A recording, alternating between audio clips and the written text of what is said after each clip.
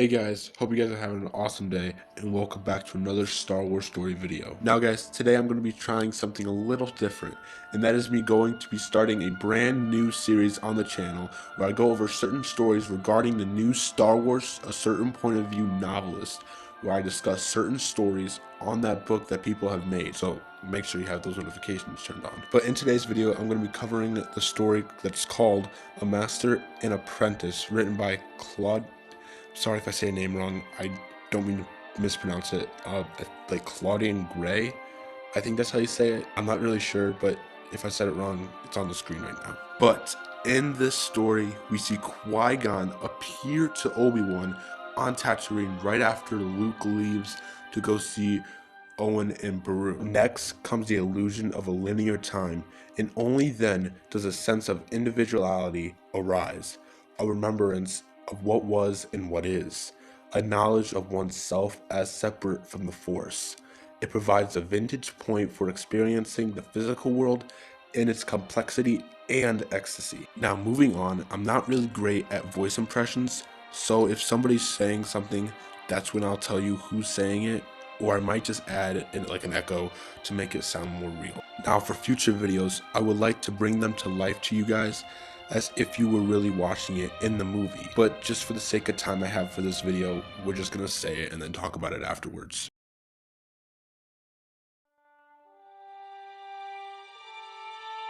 But the fracture of all the memorable temporal existence is the most easily summoned up with the word that fractured was once called by the name Qui-Gon. The name is spoken by another. Qui-Gon has been summoned. He draws upon his memories of himself and takes shape, resembling the form he last had in his life. And it seemed to Qui-Gon to naturally take the shape of himself in the Phantom Menace, as if Obi Wan had saw him then to now. And for Qui-Gon to even see Obi Wan after years, he wants him to feel comfortable and not aroused. And appearing to Obi Wan, he pulls down the hood of his Jedi cloak and looks upon his Padawan, Obi Wan. But this is not the Obi Wan that Qui-Gon is used to seeing. And I mean, the last time Qui-Gon ever sees Obi Wan is when he was dying in Obi Wan's arms, where Obi Wan was far younger and had young brown hair, while this new Obi Wan had his hair white and line stretches along his wrinkly so-called forehead. And he wears Jedi robes so worn and ragged as to be indistinguishable from the garb of his impoverished hermit he pretends to be. You are afraid, Qui-Gon says, as Qui-Gon already knowing what Obi-Wan feels and his thoughts, as you can never really resist your thoughts and feelings to a Force ghost. Qui-Gon adds, Luke has a great journey yet to go. It does not end here. Obi-Wan replies, You've seen this? And Qui-Gon, using his physical attachment to the real world, he only nods. This relieves Obi-Wan more than it should, because he cannot guess the shape that this journey will lead Luke, as if he is much more cautious with Luke than he was with his last Padawan, Anakin, due to the events on Mustafar. Obi-Wan goes on to add, I've waited for this day for a very long time. So long it feels as though I've waited for it my entire life. To have it endangered now, just as the great work begins, so many factors are in play. The future is very difficult to know, Master. Qui-Gon goes on to reply, Do you truly think your work has only just begun, my Padawan? Qui-Gon shakes his head. Already his physical self feels natural enough to him that he can express thought and motion through gestures. But Obi-Wan acknowledges Qui-Gon's gestures and says, You'll see me in a kinder light than most would, old friend. I owe you that. After all, I'm the one who failed you. Obi-Wan replies, Failed me? Qui-Gon goes on to say, You weren't ready to become a Jedi Knight. You haven't even been knighted when I forced you to promise to train Anakin, teaching a student so powerful, so old, and so unusual to our ways, that might have been beyond the reach of the greatest of us. To lay that burden at your feet when you were hardly more than a boy. Obi-Wan interjects, Anakin became a Jedi Knight, served valiantly in the Clone Wars. His fall to the dark side was more his choice than anybody else's failure. Yes, I bear some responsibility, and perhaps you do too, Master. But Anakin had the training and the wisdom to choose a better path. That he did not. Nevertheless, from a certain point of view, both these statements were true. Qui-Gon should have never put the burden of training Anakin on Obi-Wan's shoulders.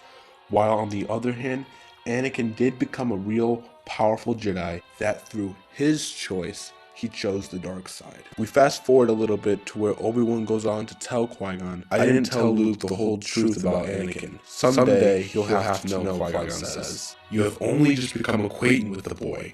If you had tried to tell him the whole story today, that would have been a greater mistake than anything else you could have done.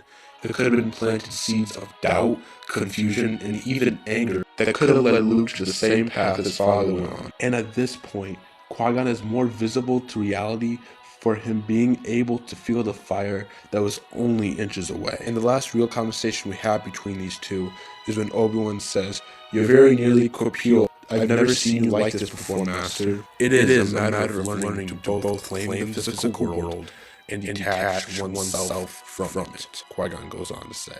After death, we continue to learn, my young apprentice. I look forward to learning the art someday, Master. Right after this, Obi-Wan in the distance sees Luke's speeder driving towards him. As always, your wisdom sustains me, and as your strength always sustained me. We shall meet again soon, my Padawan. After this, Qui-Gon allows his awareness to spread outward from this place until Obi-Wan is only part of the symphony of life around him. The snakes burrow deep between the dunes, insects spin webs among the sand, and the sunshine suffuses them all with warmth until Qui-Gon can let go completely, releasing his body and even his name until he is again one with the Force. As Obi-Wan will soon learn, the most beautiful form of mastery is the art of letting go.